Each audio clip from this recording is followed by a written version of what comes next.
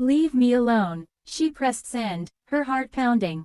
The message went through instantly, blue ticks appearing on the screen. He had seen it. For a few seconds, there was silence. Then, the phone lit up again.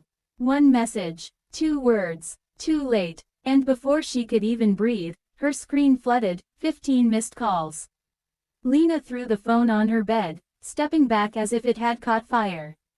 The sound of her heartbeat echoed louder than the quiet of her apartment.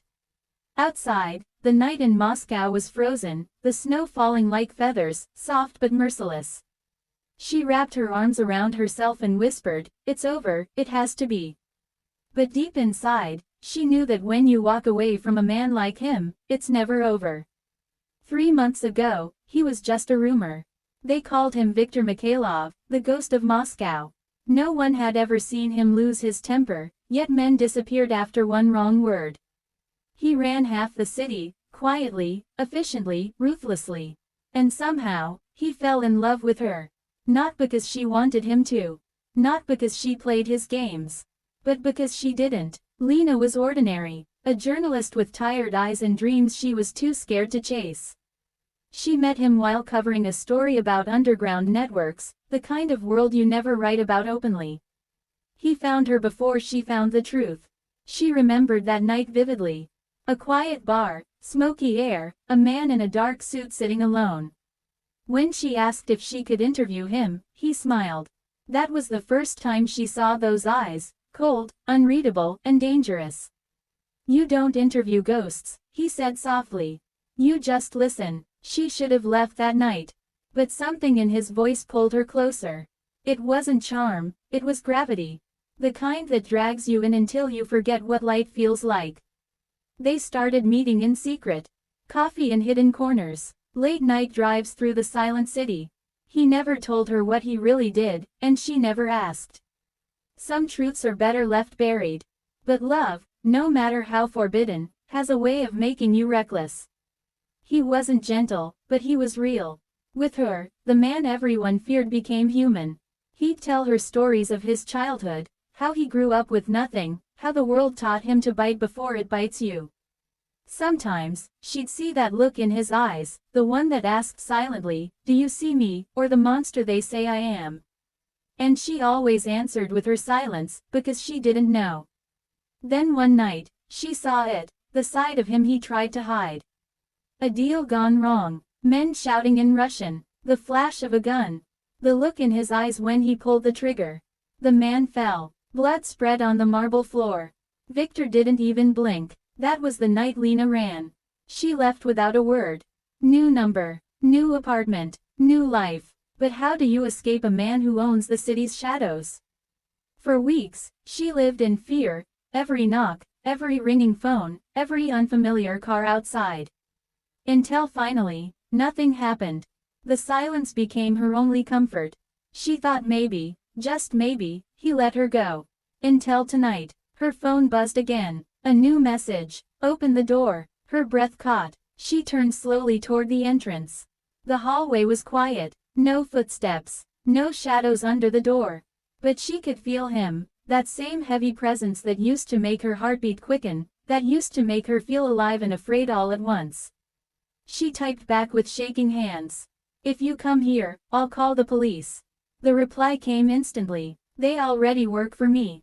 She dropped the phone. Her knees went weak. Tears blurred her vision. She ran to the window and looked down. A black car parked under the streetlight. Its engine was off. But she knew. He was there, watching, waiting. Her mind raced. Maybe she could run again, call someone, go to another city. But even as she thought of it, she remembered what he once said. "You can change your name, your face, your world, but you can't change what belongs to me." Suddenly, the doorbell rang. Once, twice, a slow, deliberate sound. She froze. The third time, a voice came through the wood, deep, calm, familiar. Lena, just her name, nothing more. She couldn't move, couldn't speak. She wanted to scream, but her voice wouldn't come out. Finally, she whispered, "Go away." Silence. Then the faintest sound, a lock turning. She hadn't realized she'd left the key inside. The door creaked open, and he stepped in. Tall, impeccably dressed, eyes like winter itself. He looked at her, not angry, not amused, just tired. "You shouldn't have run," he said softly. Lena backed away. "You killed a man." He nodded. "He was going to kill me." "That's not an excuse. It's survival." He took a step closer. "And you of all people should understand, truth and survival don't always live together." She wanted to hate him. To scream, to throw something, anything. But his voice, the calmness in it, broke her in ways bullets never could. "You were supposed to forget me," she said, tears burning her eyes. "I tried." "I know," he replied. "I tried too." For a long moment, they just stood there. The space between them filled with all the words they never said. He reached out, but stopped midway, as if touching her might destroy what little humanity he had left. "Do you think I don't regret it?" he whispered. "Every night I see you walking away. And every night I tell myself, let her go. But then morning comes, and I can't breathe knowing you're out there pretending I don't exist." She shook her head. "This isn't love, Victor.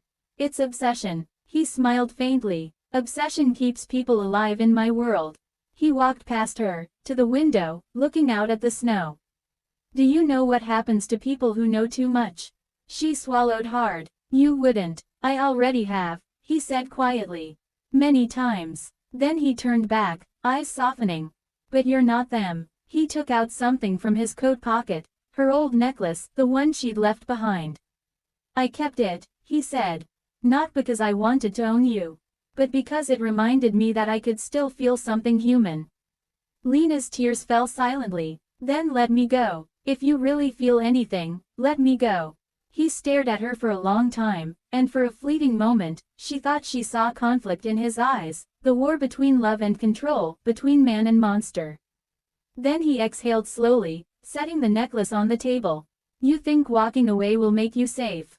But the world isn't kind to people who don't belong anywhere. You'll come back, when you realize peace doesn't exist. Only choices." He walked to the door. "This is mine," he said, nodding toward the necklace. "But you're still deciding what you are." And then he was gone. The door closed softly behind him, leaving her standing in silence.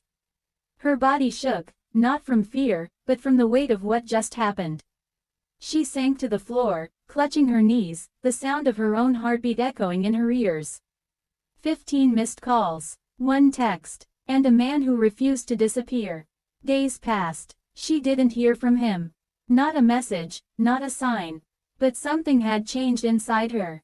Every time she looked at her reflection, she didn't see the same girl anymore. She saw someone harder, colder, someone who had looked into the eyes of a devil and found pieces of herself staring back. One night, she walked outside, the cold air biting her skin. The same black car was parked near the corner. She didn't run this time. She just stared at it. A figure sat inside, motionless. The headlights flicked once, a signal. And then the car drove away. In that moment, she realized something terrifying. She didn't want to be saved anymore. Because love like that doesn't fade. It hides. It changes shape. It lives in shadows. Maybe he was right. Maybe peace doesn't exist. Maybe some connections, once made, can never be broken. And somewhere, in the quiet of a distant street, Viktor Mikhailov lit a cigarette, watching the snow fall. He closed his eyes and whispered, "Too late." And this time, she whispered it too.